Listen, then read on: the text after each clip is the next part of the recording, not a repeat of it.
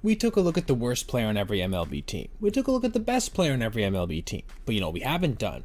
Looked at the best and worst player at every MLB position, independent of their squad.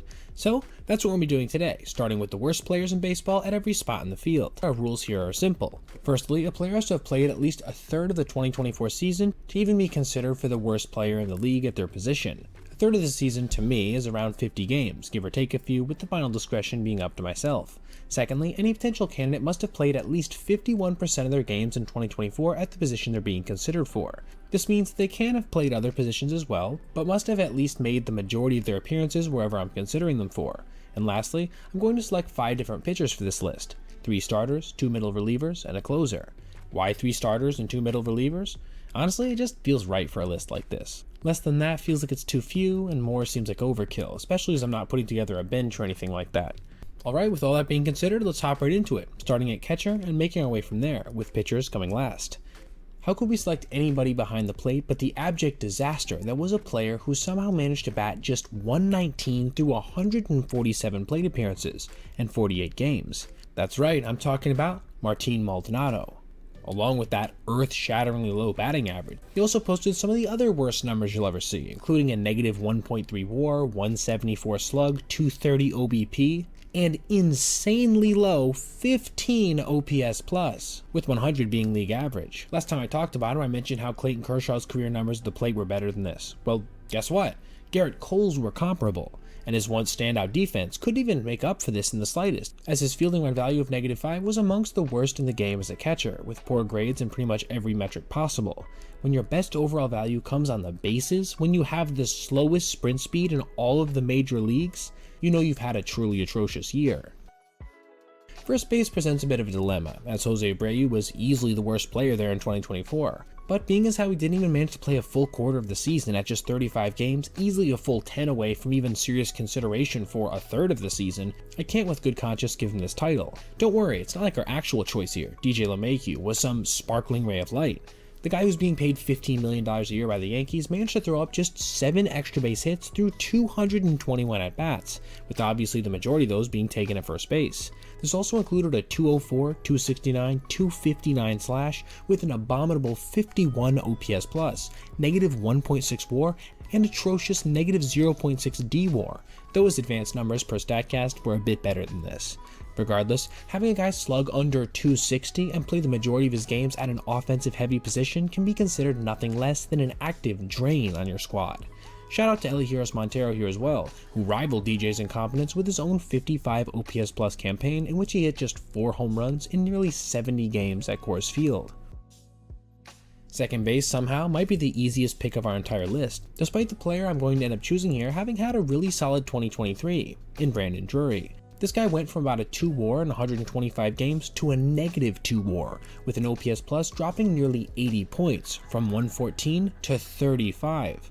A barely above 450 OPS, a sub 230 slug, and just 11 extra base hits in 97 games cements this as not just a bad season, nor even the worst season for a second baseman, which it obviously is. No, this puts 2024 Brandon Drury amongst the worst seasons in Major League Baseball history, as since the integration era, only 8 other players have had a lower WAR in a single season when they spent more of half their games at second base.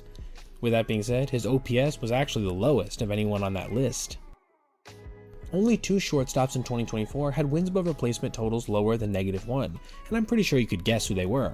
Javier Baez at -1.1, with his subterranean offensive numbers complemented by a now withering defensive profile, and Tim Anderson at -1.5, who's going to end up being my choice here, as he posted one of the more anemic campaigns we've seen in the modern era when it comes to anything resembling pop.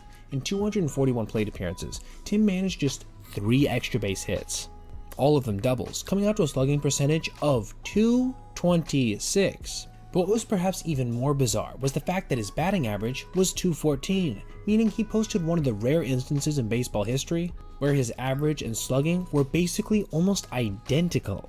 And guess what? His .237 OBP wasn't very far off these other 2 numbers as well. As you can probably guess, all of this came out to an atomically low 27 OPS plus and 463 OPS. At this point, it seems unlikely we'll ever get a chance to witness the Tim Anderson we got to see from 2019 through 2022, when he made 2 All-Star games and even won a Silver Slugger and placed top 10 in MVP voting in 2020. Perhaps the most telling aspect of how bad DJ LeMahieu's season was the fact that he was among the worst third basemen in baseball as well, though, being as how we've already picked him at first base, where he played more of his games, he never really was in contention for the spot. And honestly, he probably still wasn't a worse player last year than Noel V. Marte, who, through 66 games, posted the worst WAR for a third baseman at -1.8. One of the worst defensive seasons we've seen in recent history at the hot corner, with a -8 fielding run value and an abysmal slash line of just 210, 248, 301. Among the most jaw-dropping numbers for me personally as well was the fact that he actually only walked 9 times while striking out 75. Yeah, that's almost 10 Ks for every 1 walk. That's obviously not going to cut it at the big league level, and was a massive disappointment for a player coming off of an exciting showing the prior year at just 21 years old. And with that, our infield selections are complete. Moving to the outfield now, specifically with right field, we have Jordan Walker, who was being shuttled back and forth between the minor league squad and the majors all last year, with this obviously having a pretty clear impact on his play, as he went from an impressive 113 OPS plus in his rookie year to a mark of just 71, with a mediocre 619 OPS combined with some of the worst defense in the sport, tallying both a -0.6 DWAR and -5 fielding run value in essentially a third of the season. All of this amounted to a -0.9 total WAR, the worst total for any right fielder in 2024. Hopefully the Cardinals will actually let him have a little breathing room in 2025, which may end up giving him a chance to utilize his immense potential to be a difference-making bat in their lineup for years to come, or at least figure out decisively if he's more bust than boom. Heading over to center field now, we have another disappointing young talent, who was extremely exciting heading into the season, as Pittsburgh's Jack Suwinski managed to throw up some pretty impressive numbers in 2023, including 26 home runs, 75 walks, and a near 800 OPS. Sure, his defense wasn't very good, but that's a hell of a lot to build on for a 24-year-old. Unfortunately, this would not come to pass in 2024. Not only would his average slip beneath the Mendoza line at 182, but that once impressive OPS fell more than 200 points, all the way down to 588. His advanced numbers slipped, his already poor defense got a bit worse, and he even ended up having one of the worst overall WARs in the sport at -1.8, reaching nearly Drury levels. I do want to say the same thing here for Suwinski as I said about Walker. I really do hope both of them can figure it out, and potentially even become stars in the future in a rivalry between St. Louis and Pittsburgh that could last for years to come. Rounding out our fielders, we have our second Miami Marlin of the list, with former top prospect Nick Gordon somehow managing to have posted the lowest total value on a team that also had Anderson. That's right, he actually had a worse WAR. This came with a barely over 600 OPS, an ugly 68 OPS plus, and as seems to be typical for the worst players in baseball, some truly atrocious defense, with a -0.9 DWAR and -2 fielding run value. Like many players in the Marlins, he stands as a glaring example of what happens when you have no idea how to develop your players, alongside a heap of other, at this time, wasted talent in Jesus Luzardo, Jesus Sanchez, and Edward Cabrera. Our final position player before we get to our pitchers is going to be Nelson Velasquez, whose 78 OPS plus, 366 slug, and 640 OPS all left a lot to be desired from a position that is solely focused on hitting production as a DH. While his total of 17 extra base hits through 64 games doesn't look too bad on the surface, it becomes a lot worse when you realize he was striking out about 3 times as often as he was walking, and rarely getting hits outside of these, as he had just 24 singles to complement those XBHs. The lack of production from the DH spot overall ended up being a pretty massive deal for Kansas City as the year wore on, and will probably be an issue going forward unless Velasquez can manage to tap into some of his impressive raw power more routinely, or just gets replaced outright. Okay, now we're moving on to pitchers, starting with a player who's undoubtedly one of the most talented players in this list, and therefore one of its most confounding members. Bobby Miller, who had the lowest ERA plus among any pitcher in Major League Baseball with at least 45 innings pitched who started a majority of their games, at just 46, along with the worst ERA overall, at a ridiculous 8.52. That's right, he gave out more runs in 56 innings than he registered in strikeouts. He also posted the second worst home runs per 9 at 2.7, the second worst walk rate at 4.8, all while allowing almost 2 base runners per inning. For a guy who can literally throw 100 miles per hour with an at times devastating changeup and above average slider, this just hurts your head to look at. And while he's only 25 years old as of today, one has to wonder what kind of bounce back is even possible from a season like this, one that wasn't even marred by any major injuries.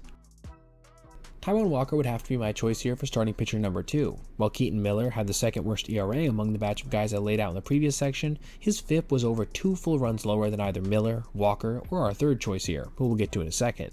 Taijuan also managed to somehow rival Miller's whip at 1.72, while giving up a ridiculous 11.5 hits per 9 and 2.1 home runs per 9.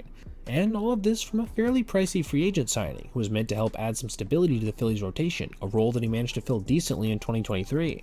Unlike Miller, he was significantly injured for parts of last season, so perhaps a comeback could be on the horizon. But with overall diminished stuff last year that only resulted in 6.2 strikeouts per 9, it still seems to be an open question if that's at all a realistic possibility.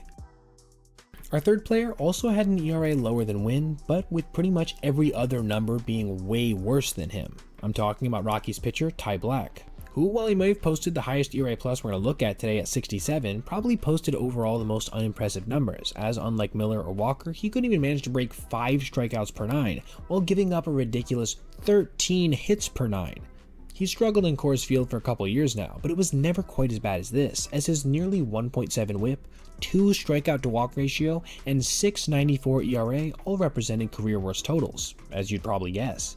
Being as how the lefty is now 34 years old, it seems unlikely that he'll last even another partial season of the big leagues if he doesn't manage to improve his overall level of stuff over this offseason. Our first of 2 middle relievers was a kind of starter slash bullpen guy, a pitcher who managed to start 7 games while appearing in 9 others, throwing 49 innings along the way, Louis Varland. In those nearly 50 frames, Varland managed to give up 12 hits per 9 while posting a 7.61 ERA, somehow only marginally better than Miller, with a comparable whip and home run total given up. The difference between him and a few of these guys is obviously the fact he was able to strike out almost 1 batter per inning as well, meaning that there is something in this arm that has at times gotten into the upper 90s, even if basically almost none of that ended up coming across in his final numbers in 2024.